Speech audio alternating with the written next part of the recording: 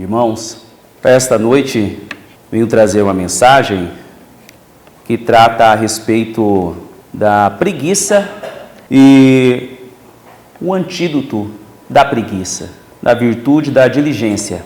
É algo que incomoda, com certeza, quando somos chamados de preguiçosos ou quando vemos alguém em certa atitude, com esta atitude. Então vamos ter mais uma palavra de oração antes de iniciarmos. Amado e glorioso Deus, obrigado, Senhor, por proporcionar a mim e a todos que aqui estão a oportunidade de estarmos aqui em sua casa para podermos louvar o teu santo nome, para podermos meditar, ó meu Deus, na tua palavra que é santa, para podermos, ó meu Senhor, colocá-la como espelho e assim vermos os nossos defeitos e fazermos de tudo, ó meu Deus, para que possamos corrigirmos o que há de errado em nós, para que possamos ser preenchidos pelo Espírito Santo cada vez mais. Amado Senhor, obrigado por tudo, e o Senhor possa abençoar os pedidos que foram feitos aqui nesta noite e a todos que estão sendo feitos ao longo da semana. É a oração que eu lhe faço, em nome de Cristo, nosso Salvador eterno. Amém. Amém.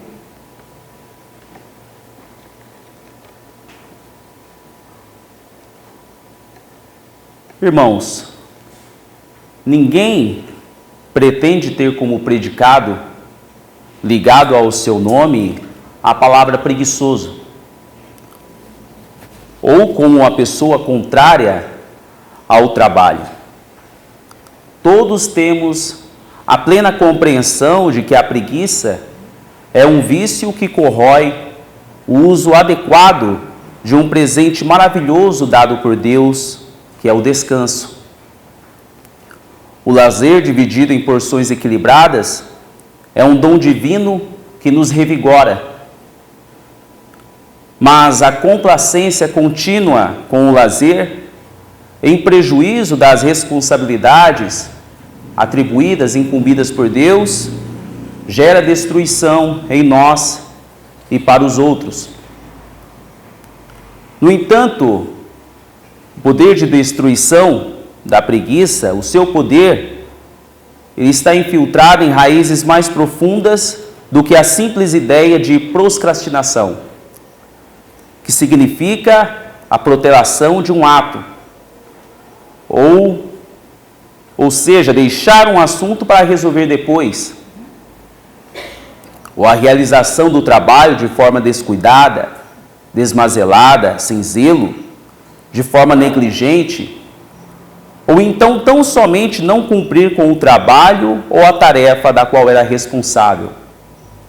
Em níveis mais profundos, a preguiça é capaz de nos roubar a felicidade, ao subtrair nossas capacidades. Ao não vencer a preguiça, o desmazelo, a imprudência, ficamos presos à mediocridade e muitas vezes passamos a vida toda sem saber como é sentir-se realizado ao desempenhar determinada tarefa com amor e vigor. Portanto, a preguiça também diminui nossa capacidade de amar. Amar aquilo que nos propomos a fazer, amar o que é de nossa responsabilidade, amar ser generoso, amar ser doador de esperanças, amar ser útil a todo tempo.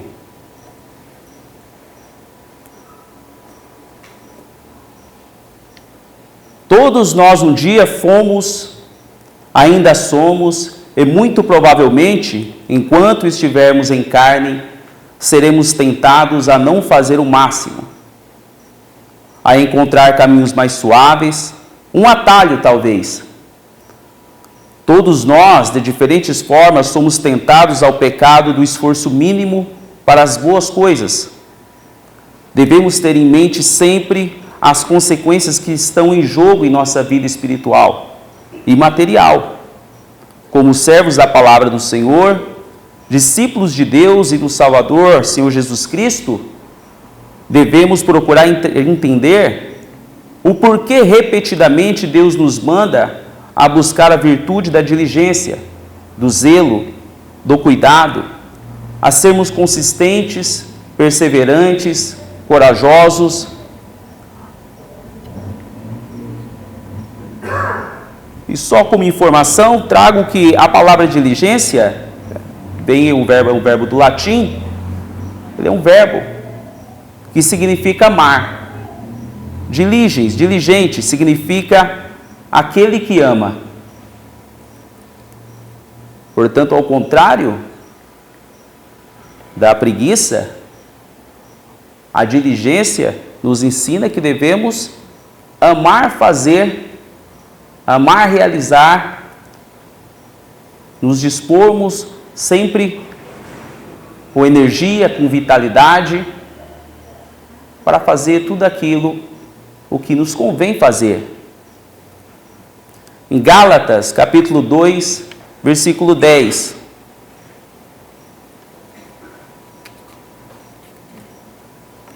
Recomendando-nos somente que nos lembrássemos dos pobres, o que também procurei fazer com diligência. Alguns versículos que falam a respeito desta virtude. Também em 2 Pedro, capítulo 1, versículo 5. E vós também, pondo nisto mesmo toda diligência, acrescentai à vossa fé a virtude, e a virtude a ciência. Em Hebreus, capítulo 2, versículo 1. Portanto, convém-nos atentar com mais diligência para as coisas que já temos ouvido, para que em tempo algum nos desviemos delas. Em 2 Coríntios, capítulo 8, versículo 7. Portanto, assim como em tudo abundais em fé, e em palavra, e em ciência, em toda diligência, em vosso amor para conosco, assim também abundeis nesta graça. Judas, capítulo 1, versículo 3. Amados, procurando eu escrever-vos com toda diligência acerca da salvação comum, tive por necessidade escrever-vos e exortar-vos a batalhar pela fé que uma vez foi dada aos santos. Josué, capítulo 22, versículo 5. Então, somente tende cuidado de guardar com diligência o mandamento e a lei que Moisés, o servo do Senhor, vos mandou, que ameis ao Senhor vosso Deus, e andeis em todos os seus caminhos, e guardeis os seus mandamentos, e vos achegueis a Ele, e o sirvais com todo o vosso coração e com toda a vossa alma. Para o cristão, a virtude é uma excelência moral, que, se cultivada como hábito, torna-se um traço de caráter de moral excelente, assemelhando-se conforme a imagem maior, que é do nosso Salvador Jesus Cristo. Capítulo 8 de Romanos, versículo 29. Porque os que dantes conheceu, também os predestinou para serem conformes à imagem de seu Filho, a fim de que ele seja o primogênito entre muitos irmãos. Portanto, irmãos, esta virtude, a diligência, e as inúmeras passagens que lemos aqui anteriormente, tem por destino, por finalidade, nos levarmos a sermos conformes Cristo foi. O cuidado, o zelo, estar pronto para agir, pronto para o trabalho, é para que estejamos mais próximos do nosso Senhor Jesus Cristo, da pessoa de Jesus Cristo. do Senhor Jesus Cristo, homem aqui na terra. Se a virtude, as qualidades de Cristo estiverem em nós, cresceremos espiritualmente. As virtudes que refletem de Jesus irão nos impedir de sermos inférteis ou ineficazes. No entanto, por outro lado, se fazemos dos vícios um hábito comum, natural, iremos ser corrompidos moralmente e apresentaremos como particularidade um caráter moralmente corrupto e estaremos mais assemelhados conforme o padrão deste mundo caído. E assim, experimentaremos a diminuição da capacidade de nos regozijarmos com tudo que o Senhor a nós fez, a tudo que Ele faz, a tudo o que é bom e belo. Gálatas, capítulo 5, versículo 19 a 21.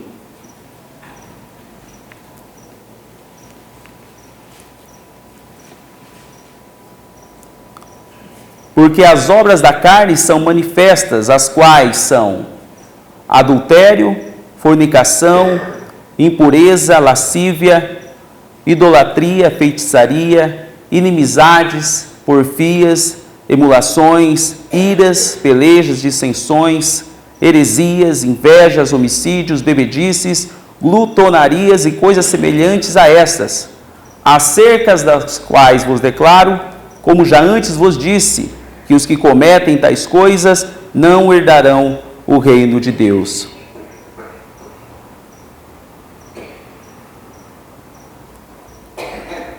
Como se fosse uma conta de matemática, né, irmãos? Quando nossa capacidade de sermos diligentes diminui, as obras da carne irão proliferar em nós, irão aumentar. Quando nossa capacidade de reconhecermos aquilo, o que é dom de Deus, nos torna incapazes para vermos aquilo que o Senhor, tudo que o Senhor nos faz de bom, tudo que o Senhor nos fez para até mesmo admirarmos como belo no mundo. Alguns podem perguntar: a diligência é uma virtude celestial? Sim, ela é. Assim como tantas outras, as quais os antigos perseveraram. Vejamos o texto em Deuteronômio, capítulo 4, versículo 9.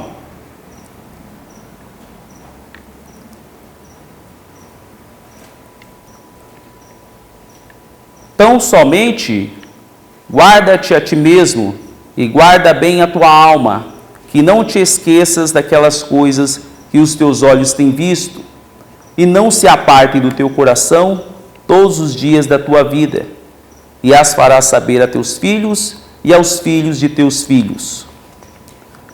Neste texto está implícita a palavra diligência, porém o significado desta virtude está claro, está explícito. As palavras de Moisés ao povo de Israel, momentos antes de entrarem à terra prometida, é uma cristalina advertência com indicações detalhadas e cuidadosas de como o povo de Israel deveria tratar tudo o que ouviram e viram a respeito do Senhor. O zelo, o cuidado que deveriam guardar suas almas, e nada do que o Senhor fez poderia ser esquecido. Seus corações deveriam estar intimamente ligados a todos aqueles fatos ocorridos quando foram libertos da escravidão do Egito. A responsabilidade dos que presenciaram todos aqueles eventos era de demonstrar continuamente gratidão a Deus, que os salvou, e repassar às suas futuras gerações os grandes feitos do Senhor.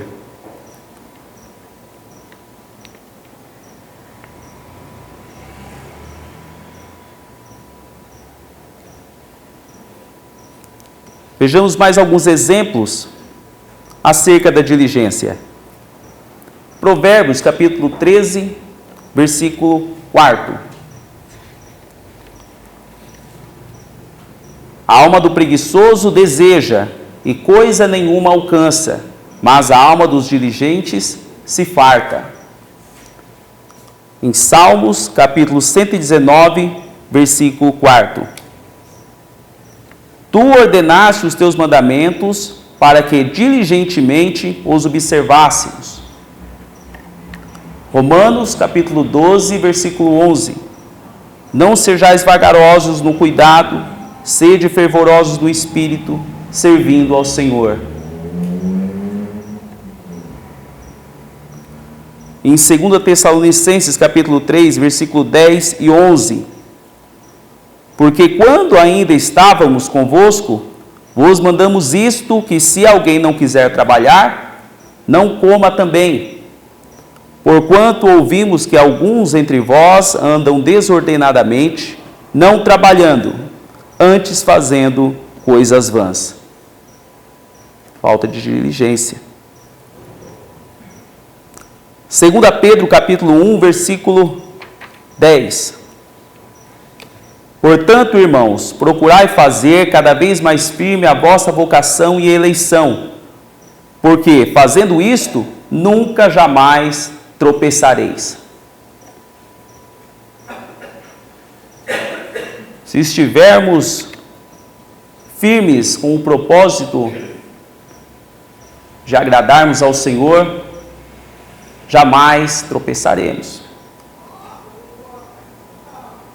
Se estivermos com nossas consciências, o nosso coração empenhados em fazer a vontade de Deus, jamais tropeçaremos. Como mostram as passagens acima, a diligência é uma virtude espiritual, pois ela serve como meio de cultivarmos e preservarmos os dons espirituais concedidos por Deus.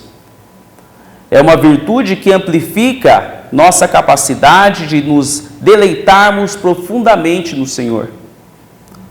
Cultivar qualquer que seja o pecado, sabemos que é mortal, pois o salário do pecado é a morte.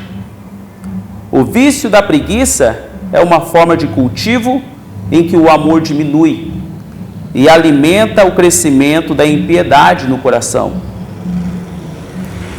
Com isto, o desejo e o prazer nos estatutos do Senhor são cada vez mais diminuídos, subtraídos, pois a sua falta de zelo, cuidado, fervor e querer estarão sempre em confronto com o seu ego.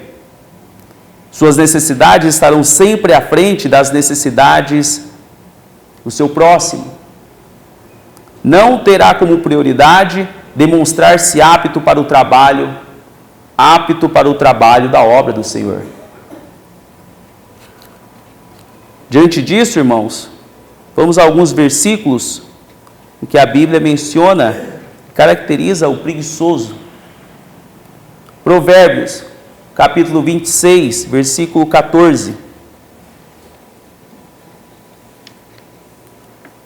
Como a porta gira nos seus gonzos, assim o preguiçoso na sua cama. Provérbios, capítulo 6, versículo 9 e 10. Ó preguiçoso, até quando ficarás deitado? Quando te levantarás do teu sono? Um pouco a dormir, um pouco a tosquenejar, um pouco a repousar de braços cruzados. Provérbios, capítulo 19, versículo 24. O preguiçoso esconde a sua mão ao seio e não tem disposição nem de torná-la a sua boca. Percebamos, irmãos, como a figura do preguiçoso, ela é trágica, que serve de estímulo até mesmo ao riso, cômico, aos que não se atentam para a decadência moral e espiritual ao homem que se entrega a este vício.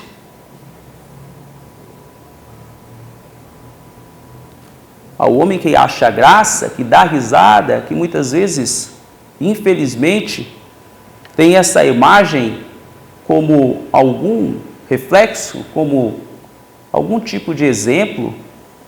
Infelizmente temos isto hoje, na diversidade cultural que tem se espalhado. Isso não tem sido visto como algo moralmente ruim.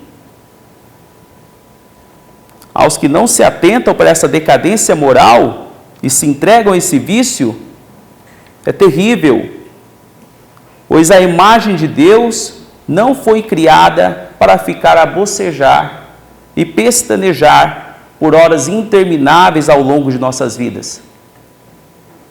O homem foi feito à imagem do Senhor.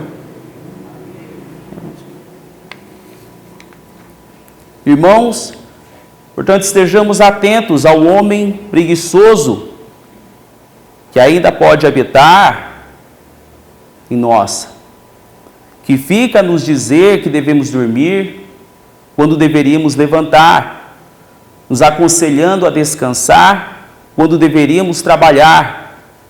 Na maioria das vezes temos por conclusão, podemos chegar à conclusão de que o preguiçoso não é uma aberração. Na esmagadora maioria das vezes, é o tipo do homem normal, que sempre tem uma desculpa pronta para se safar de um compromisso.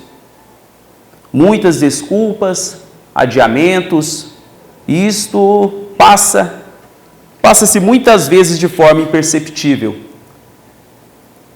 Não é necessário ir muito longe para reconhecer tais características.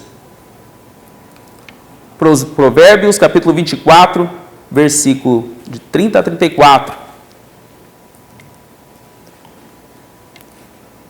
Passei pelo campo do preguiçoso, e junto à vinha do homem falto de entendimento. Eis que estava toda cheia de cardos, e a sua superfície coberta de urtiga, e o seu muro de pedras estava derrubado. O que eu tenho visto, o guardarei no coração, e vendo-o, recebi instrução, um pouco a dormir, um pouco a cochilar, outro pouco deitado de mãos cruzadas para dormir. Assim te sobrevirá a tua pobreza como um vagabundo, e a tua necessidade como um homem armado. Terrível esta imagem, né, irmãos? O homem, ciente de suas responsabilidades, permanece deitado. Muitas vezes deitado, pensando em estar em berço esplêndido. E o que este livro de provérbios que são conselhos para a nossa vida, material e espiritual, assim te sobrevirá a tua pobreza como um vagabundo e a tua necessidade como um homem armado. A lentidão para fazer o que é necessário e a preguiça muitas vezes guardam em oculto uma frase que, quando dita de forma espontânea, demonstra ser bastante razoável. Só mais um pouco mais de descanso, um pouco mais de paciência comigo, uma soneca a mais, algumas horas de descanso a mais. Qual mal um pouco a mais pode representar? O que pode representar algumas horas a mais dedicadas a algum entretenimento confortável?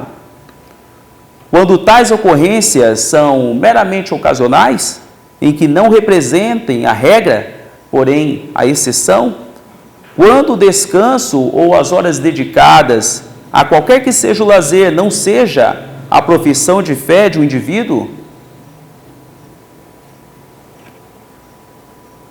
um pouco a mais não tem representação alguma.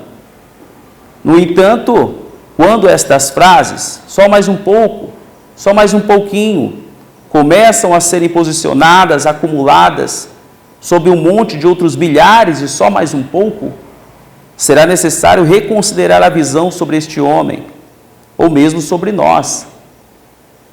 Tal atitude representa o quanto este homem tem se rendido, uma rendição por vez, e seu preguiçoso interior tomará forma e controlará a sua vida.